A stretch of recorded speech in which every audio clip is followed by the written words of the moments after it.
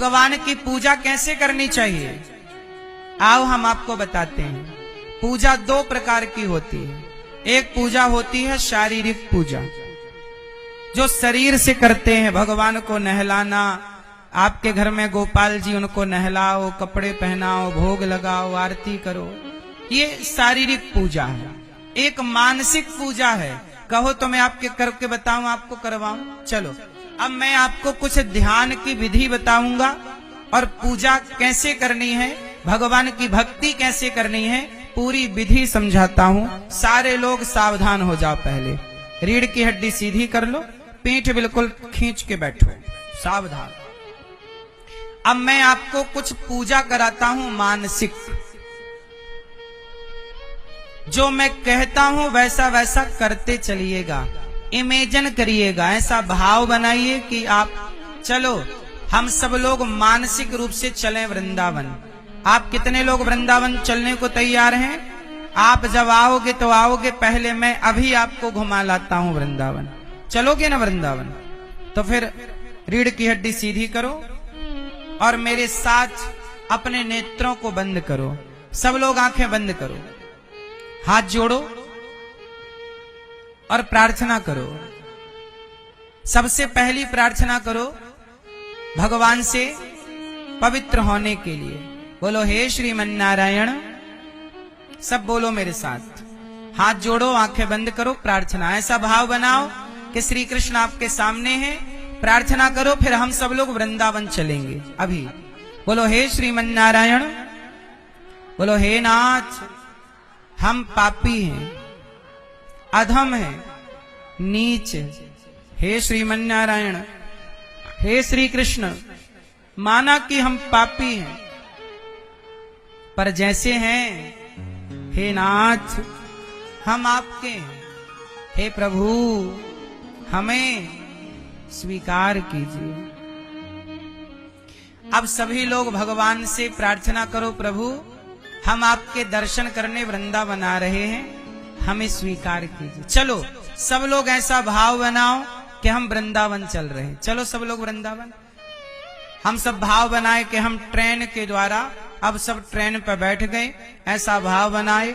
अब हम मथुरा स्टेशन उतर गए, अब हम वहां से वृंदावन गए। सबसे पहले यमुना जी गए। भाव बनाओ कि हमारे सामने यमुना जी हैं, हम यमुना मैया को प्रणाम कर रहे हैं और प्रणाम करके यमुना में स्नान कर रहे हैं। सब ऐसा भाव बनाओ कि हम यमुना स्नान कर रहे हैं। स्नान करके सूर्य भगवान को जल चढ़ाते हैं, यमुना जल, और इसके बाद कपड़े पहनकर अब हम बिहारी जी का दर्शन करने जा रहे हैं। सब लोग भाव बनाओ कि हम बिहारी जी के पास जा रहे हैं। बिहारी जी के मंदिर पहुंचे, उनकी चौखट को प्रणाम किया, दरवाजे में झुककर प्रणाम चौखट को किया और मंदिर के भीतर प्रवेश कर गए। जैसे ही अंदर गए तो पर्दा बंद था, पर्दा खोलने का इंतजार करने के लिए खड़े हैं। सब ऐसा भाव बनाओ कि हम बिहारी जी के मंदिर में हैं।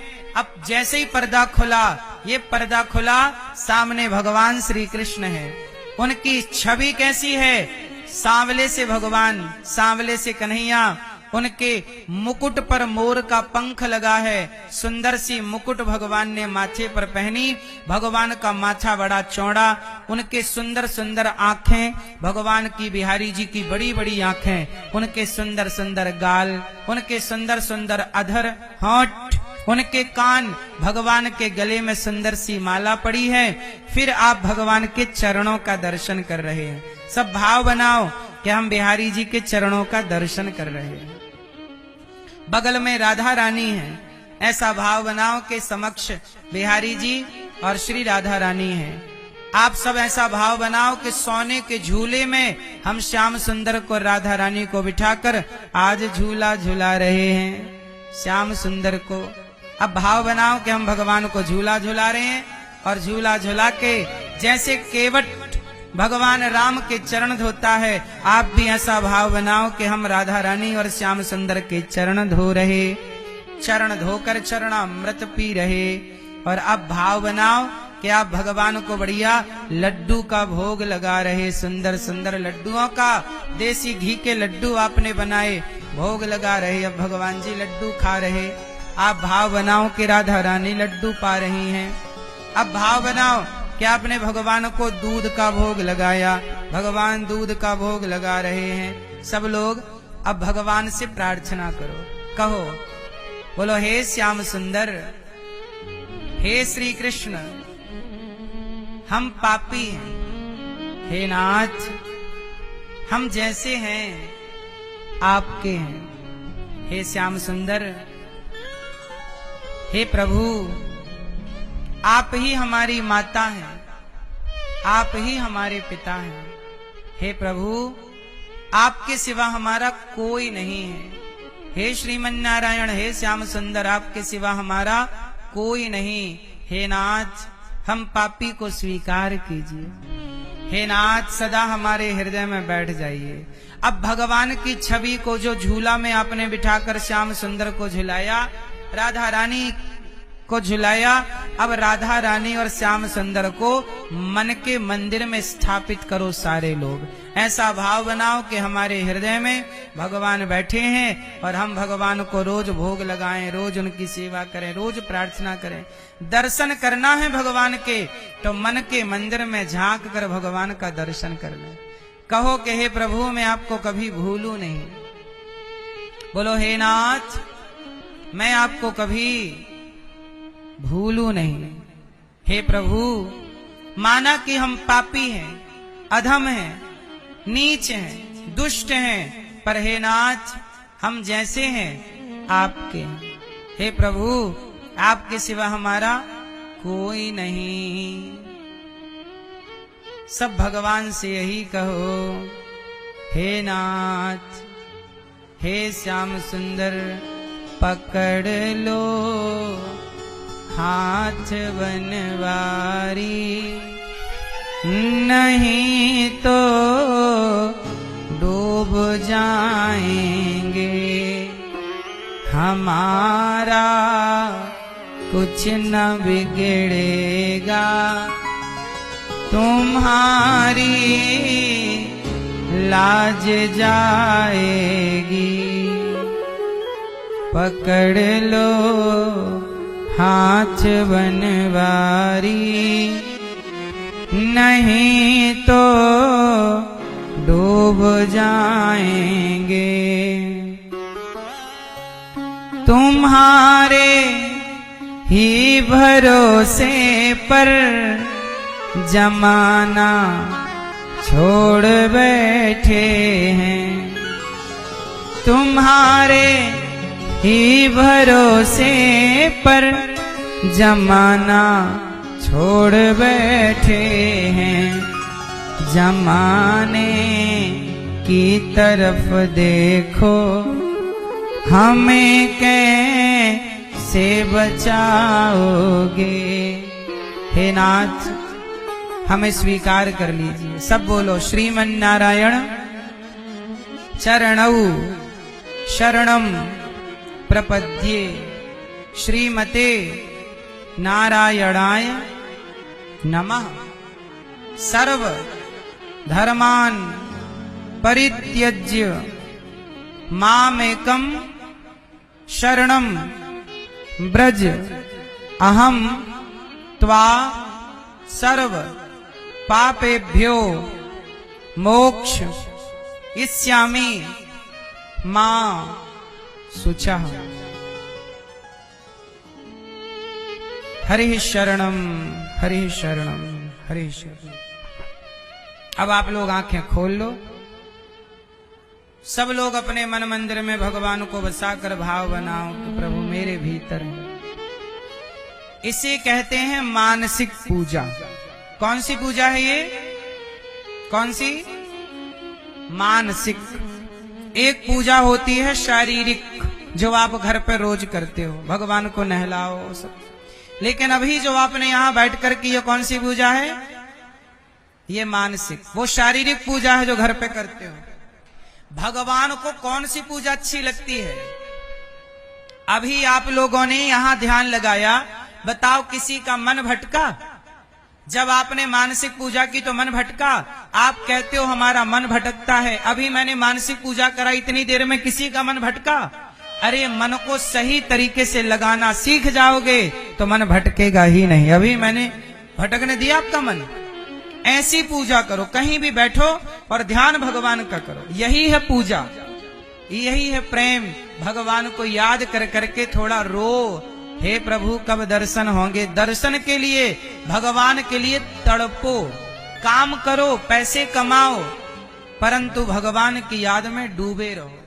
कल्याण हमारा पैसा ना करेगा, कल्याण हमारा परिवार ना करेगा, हमारा भजन ही हमारा कल्याण करेगा, हमारी भक्ति हमारा कल्याण करेगी। अच्छा एक बात बताओ, सबसे मजबूत कौन होता है? बोलो। लोहा। सबसे मजबूत कौन? जोर से बोलो।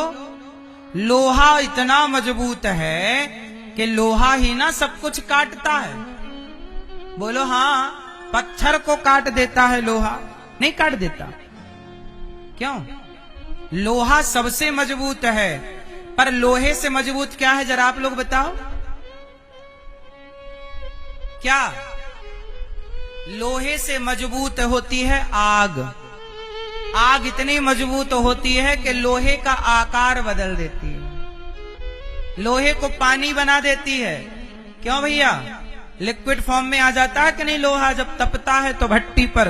बोलो हाँ। लोहा सबसे मजबूत है, पर लोहे से मजबूत आग जो लोहे को पिघला देती है। चलो बताओ, आग से मजबूत कौन? आग से ताकतवर कौन? बोलो। पानी, जो आग को भी बुझा देता। चलो बताओ, पानी से ताकतवर कौन? बोलो। कौन? कौन?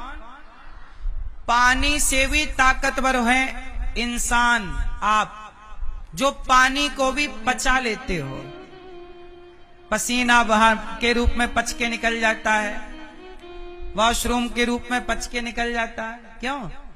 पानी इतना मजबूत है, पानी ही इतना मजबूत है कि पृथ्वी को डुबा देता है। बोलो हाँ। सुनामी आ जाए तो पृथ्वी का पता नहीं, डूब जाती है। सबसे मजबूत पानी है, पर पानी भी मनुष्य पचा लेता है। तो आप सबसे मजबूत हैं, अर्थात मनुष्य सबसे मजबूत है। चलो बताओ, मनुष्य से मजबूत कौन? बोलो। मनुष्य से मजबूत कौन? बोलो। भगवान, जो हम मनुष्यों को बनाते हैं। और भगवान से मजबूत कौन? बोलो। भगवान से मजबूत है भक्ति, जिस भक्ति के कारण भगवान को खंबा से प्रकट होना पड़ता है, जिस भक्ति के कारण वो भगवान को भी भक्त के लिए यशोदा का, देवकी का, कौशल्या का बेटा बनकर सामान्य सी लीला करनी पड़ती है। इसका मतलब ये हुआ मेरी मां, सबसे मजबूत कौन है? बोलो। भक्ति। अब जरा ये और बताओ कि भक्ति से मजबूत क्या है? ताकतवर। भक्ति से ताकतवर क्या है? उत्तर। भक्ति कहां से शुरू होती है? भक्ति का दूसरा नाम है प्रेम। भक्ति से ताकतवर है प्रेम। प्रेम करने वाले के हृदय में ही भक्ति होती है। भक्ति उसी के हृदय में स्थान पाती है जो प्रेमी है। इसलिए मीराबाई भक्त हैं कि नहीं मुझे नहीं पता, पर मीराबाई भगवान से प्रेम करती हैं। भरत जी राम के भक्त हैं कि नहीं मुझे नहीं पता, पर भरत जी राम से प्रेम बहुत करते हैं। गोपियां भगवान की भक्त हैं कि नहीं मुझे नहीं पता, पर गोपियां भगवान से प्रेम बहुत करती हैं। मुझे लगता है प्रेम करना ही भक्ति है। इसलिए सबसे ताकतवर है प्रेम, सबसे ताकतवर है राम ही केवल प्रेम प्यारा। राम को भक्ति प्रिय नहीं है, राम को क्या प्रिय है? जोर से राम ही केवल प्रेम प्यारा, जान ले ये जो जाननिहारा। जो प्रेम करता है भगवान उसे मिलते हैं। क्यों ये बात सही है कि नहीं? इसलिए मेरी माँ, भगवान को प्रेम से पुकारो। चलो एक बात बताओ, भगवान को प्रसन्न करना हो तो क्या करें? उत्तर दे दो मेरी माँ। भगवान कैसे प्रसन्न होते हैं? अच्छा ये बताओ, आप बहुत गरीब हैं, माना कि आप बहुत गरीब हैं, आपके 2 छोटे छोटे बच्चे हैं और आपके बच्चे बहुत भूखे हैं। माना कि एक स्त्री है, उसके पास कोई नहीं है, पुरुष पति मर चुका है, छोटे छोटे 2 बच्चे हैं और वो स्त्री बेचारी बड़ी गरीब है, उसके पास 1 भी रुपया नहीं है। कल खाया था उसके बच्चों ने, आज 12 बज गए दोपहर के, उसके बच्चों ने 1 रोटी तक नहीं खाई। वो माँ बड़ी परेशान है। किसके लिए? कि भैया मेरे बच्चे भूखे हैं, बस जरा सी रोटी दे दो। तभी कोई आया और उस स्त्री से कहने लगा कि तो चिंता ना कर, तुम यहां बैठो, मैं तुम्हारी पूजा करता हूं। एक आया और उस स्त्री की पूजा करने लगा। बोला स्त्री तो लक्ष्मी होती है, आओ हम तुम्हारी पूजा करते हैं। वो स्त्री को पानी डालकर नहलाया, माला पहनाया, आरती उतारा। तभी एक दूसरा आया जिसने उसके बच्चों को रोटी दे दी। एक उस नारी की पूजा कर रहा है और एक उस स्त्री के बच्चों का पेट भर रहा है। आप बताओ वो स्त्री किस पर खुश होगी? जो उसकी पूजा करने में लग गया या जो उसके बच्चों का पेट भरने में लग गया? बोलो जोर से। जो उसके बच्चों का पेट भरता है ना, वो माता उस पर प्रसन्न। भैया बड़ी कृपा, धन्यवाद, आपने मेरे बच्चों का पेट भरा। ऐसे ही भगवान की पूजा क्या है? अरे भगवान को जल चढ़ाना, तुलसी चढ़ाना ये नहीं, हम सब भगवान के बच्चे हैं और कोई भी भगवान का बच्चा भूखा प्यासा हो उसकी सेवा करना, यही भगवान की सबसे बड़ी भक्ति है। किसी भूखे को भोजन कराना, प्यासे को पानी पिलाना, भगवान कैसे खुश होंगे? आप किसी के बारे में सोचते हैं ना, तब ये खुश होते हैं। इसलिए सबसे बड़ा दान क्या है जानते हो? बताओ, धरती में सबसे बड़ा दान क्या है? जोर से। अन्न दान। कुछ मत दो पर रोटियां दान करना सीखो, रोटी देना सीखो।